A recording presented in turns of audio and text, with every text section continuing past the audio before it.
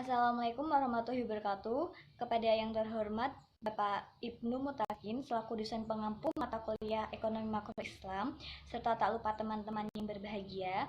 Di sini kami dari kelompok 8 kelas MBS 4B yang beranggotakan Zelfa Amalia, yang kedua ada Amalia Putri, dan yang terakhir ada Noriana. Di sini kami akan mempresentasikan hasil diskusi dari kelompok kami mengenai kebijakan moneter. Baik, di sini saya akan menjelaskan mengenai definisi kebijakan moneter. Apa sih kebijakan moneter itu? Nah, kebijakan moneter itu merupakan suatu proses mengatur persediaan uang sebuah negara untuk mencapai tujuan tertentu, seperti menahan inflasi, mencapai pekerja penuh atau lebih sejahtera.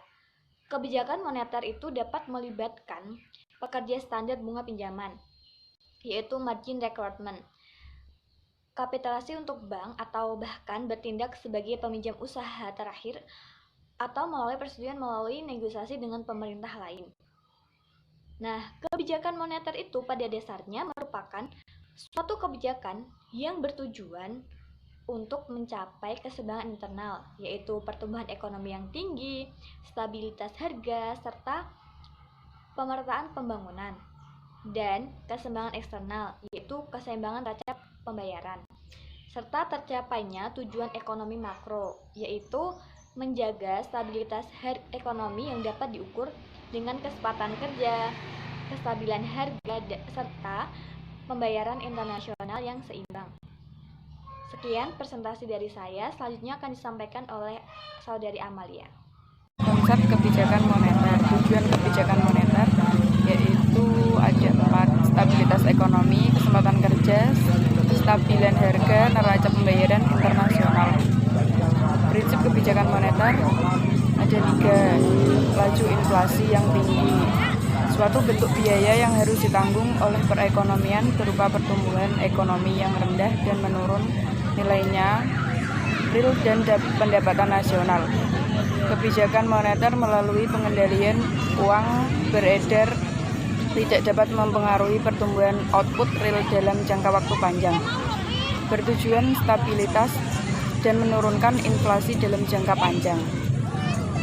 Macam-macam kebijakan moneter. Pertama, kebijakan moneter ekspansif atau monetary expansive policy. Penerapan kebijakan ini seperti politik diskonto, penurunan tingkat suku bunga, politik pasar terbuka, pembelian surat-surat berharga, misalnya saham dan obligasi, politik cash ratio, penurunan cadangan kas, politik kredit selektif, pemberian kredit longgar. Yang kedua, kebijakan moneter kontraktif atau monetary contractive policy. Kebijakan ini dapat diterapkan berupa politik diskonto, peningkatan suku bunga, politik pasar terbuka, penjualan surat berharga, politik cash ratio, peningkatan cadangan kas, politik kredit selektif, pengetatan pemberian kredit. Assalamualaikum warahmatullahi wabarakatuh. Di sini saya akan menjelaskan mengenai instrumen moneter konvensional dan Islam. Yang pertama adalah instrumen moneter konvensional, terbagi menjadi 4 instrumen. Yang pertama adalah operasi pasar terbuka, yaitu penjualan dan pembelian saham milik pemerintah yang dilakukan oleh bank sentral. Yang kedua adalah tingkat diskonto, yaitu fasilitas kredit yang diberikan oleh bank sentral kepada bank-bank dengan jaminan surat berharga, di mana besarnya tingkat diskonto yang ditetapkan oleh bank sentral sudah disesuaikan dengan kebijakan moneter. Yang ketiga adalah giro wajib minimum atau ketentuan bank sentral yang mewajibkan bank untuk memelihara sejumlah alat likuid dalam rekening gironya pada Bank Indonesia. Dan yang terakhir adalah intervensi mata uang asing, yaitu kebijakan bank sentral untuk mempengaruhi jumlah uang yang beredar atau likuiditas di pasar uang melalui jual beli falas atau cadangan devisa. Yang kedua adalah instrumen moneter Islam. Dikelompokkan menjadi 2 bagian, yaitu 1.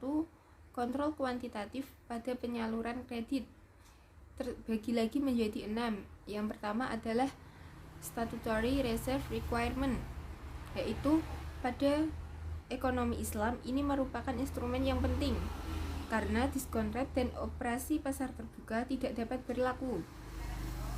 Bank komersial diwajibkan menempatkan sebagian dananya yang berasal dari demand deposit pada bank sentral sebagai statutory reserve.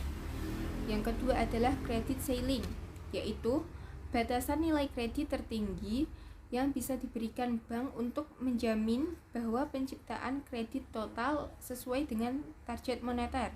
Yang ketiga adalah demand deposit, yaitu untuk mempengaruhi reserve pada bank komersial.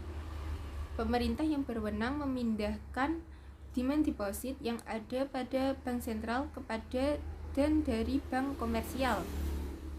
Yang keempat adalah common pool, yaitu instrumen yang mensyaratkan bank-bank komersial untuk menyisihkan sebagian deposit yang dikuasainya dalam proporsi tertentu yang berdasarkan kesepakatan guna menanggulangi masalah likuiditas.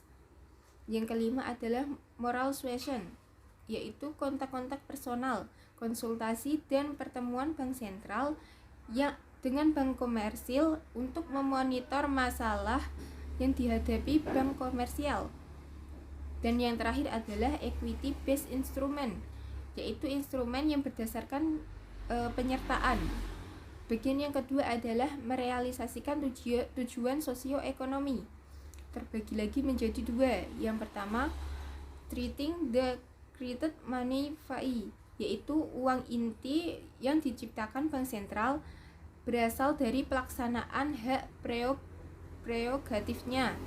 Yang kedua adalah goal oriented allocation of credit, yaitu alokasi pembiayaan perbankan berdasarkan tujuan pemanfaatan akan memberikan manfaat yang optimal bagi semua pelaku bisnis, juga akan menghasilkan barang dan jasa yang dapat terdistribusikan ke seluruh lapisan masyarakat. Terima kasih. Sekian presentasi dari kelompok kami. Apabila terdapat kesalahan, kami mohon maaf. Billahi taufiq wal hidayah. Wassalamualaikum warahmatullahi wabarakatuh.